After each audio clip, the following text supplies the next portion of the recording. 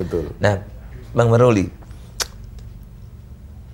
ini saya melihat makin hari makin tajam antara diskriminasi negara terhadap perguruan tinggi negeri dan swasta. Si negeri, tempatnya Mas Edi ini, tempat saya juga, itu boleh menentukan tarif suka-suka hati tanpa batas, tapi pada saat yang sama uang negara masih mengucur luar biasa besar.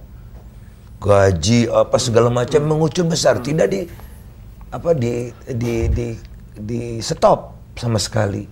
Sementara swasta negara perannya ya ada lah, mungkin dulu istilahnya dosen ya, ada sertifikat mungkin dosen. udah sedikit lah. Nah, apa yang bisa dilakukan oleh kita bersama untuk membuat diskriminasi tadi kaya miskin, kemudian juga diskriminasi PTN PTS, karena saya juga yakin seperti Bang Maruli katakan tadi, di PTS ini ada mekanisme kok orang miskin juga ditampung gitu, bahkan lebih santun dari swasta kadang-kadang gitu. Apa yang harus kita lakukan pada level ini, Bang Maruli? Saya kira pertama ya harus disadari dulu bahwa ya, seluruh mahasiswa yang ditampung di universitas swasta itu adalah warga bangsa gitu, anak bangsa. Tidak ada bedanya dengan mahasiswa yang berkuliah di negeri. Itu satu pengakuan itu harus ada dulu. Jangan anggap mereka ini mahasiswa swasta gitu. Mereka ini adalah anak bangsa yang sama dengan mereka yang kuliah di negeri. Haknya sama. Tetapi sayang haknya ini karena ketidakmampuan negara tidak sama diberikannya gitu. Kepada negeri, mahasiswa yang berkuliah di negeri, ya mereka mendapat hak yang lebih baik daripada yang diterima oleh para mahasiswa di swasta. Dan memang lahirnya pun perguruan tinggi swasta ini kan memang karena untuk ikut mencerdaskan bangsa, karena tahu negara tidak mampu. Ya. Negara mampunya hanya ya sekian, sisanya ya harus diisi oleh masyarakat. Itulah yang lahir dari para pendiri zaman dahulu, pendiri universitas ini. Jadi hari ini apa yang bisa dilakukan oleh negara? Saya kira sih sebetulnya sih mungkin bisa dibalik kali ya.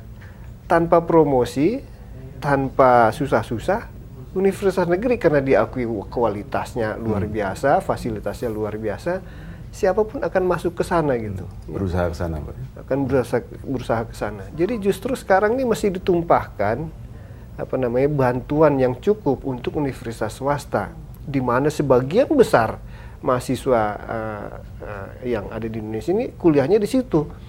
Ya, jumlahnya jauh lebih besar daripada jumlah yang kuliah di negeri sebetulnya. Ya, sekarang perhatian kemana gitu? Ke yang lebih besar atau yang lebih kecil gitu? Itu kan harus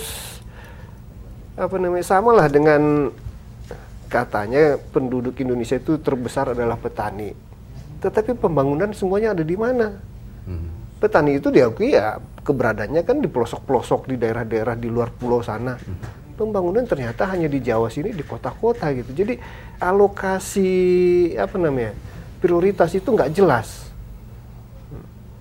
Jadi negeri saya kira dibiarkan saja pun sudah akan hidup dengan baik.